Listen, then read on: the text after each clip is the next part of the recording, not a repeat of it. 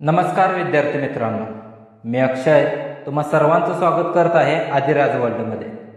आज आपण पाहणार आहोत 26 जानेवारी विषयी भाषण। चला तर मग सुरू करूया। अनमोल योगदान दिले ज्यांनी स्वातंत्र्यासाठी, अनमोल योगदान दिले ज्यांनी स्वातंत्र्यासाठी, त्या सर्व वीरांना महापुरुषांना वंदन मी करतो। वंदन करून माझ्या प्राणप्रिय भारत मातेला, वंदन करून माझ्या प्राणप्रिय भारत मातेला मी माझ्या भाषणाला सुरुवात करतो। आजच्या कार्यक्रमाचे सन्माननीय अध्यक्ष, आदरणीय व्यासपीठ, वंदनीय गुरुजन वर्ग आणि स्वतंत्र प्रजासत्ताक देशाचे सुजाण देशवासी असलेले बंधू आणि भगिनींनो, आज प्रत्येक भारतीयासाठी आनंदाचा, उत्साहाचा, सन्मानाचा आणि अभिमानाचा दिवस आहे। मित्रांनो, आज 26 जानेवारी भारताचा प्रजासत्ताक दिन म्हणजेच संविधान लागू केल्याचा दिवस होय।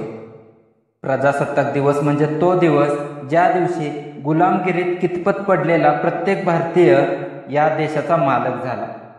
तो दिवस ज्या दिवशी प्रत्येक भारतीयाला पवित्र आणि समृद्ध असे संविधान मिळाले। भारतीयांच्या हातात सत्ता आली, देशाची प्रजा सत्ताक बनली। आपल्या देशात सर्वात मोठी लोकशाही अवतरली। भारत देश हा एक लोकशाही प्रणित गणराज्य बनले। लोकांनी आणि लोकांसाठी चालवलेले जनतेचे राज्य म्हणजेच गणराज्य।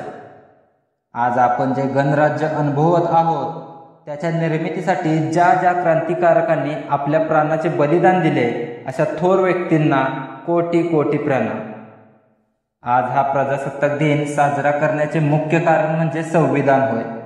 भारतीय संविधानाचे शिल्पकार डॉक्टर बाबासाहेब आंबेडकर आणि संपूर्ण मसुदा समितीच्या सदस्यांनी निर्मितीची जबाबदारी 2 वर्षे 11 महिने आणि 18 दिवसात पूर्ण केली।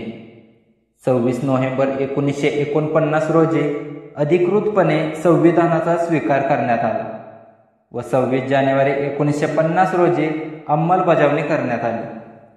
त्या दिवशी आपले राष्ट्र सार्वभौम प्रजासत्ताक राष्ट्र बनले आणि खऱ्या अर्थाने प्रजेची सत्ता त्या दिवसापासूनच सुरू झाली। आपण सर्वांना प्रजासत्ताक दिनाच्या हार्दिक शुभेच्छा। जय हिंद, जय महाराष्ट्र, जय भारत।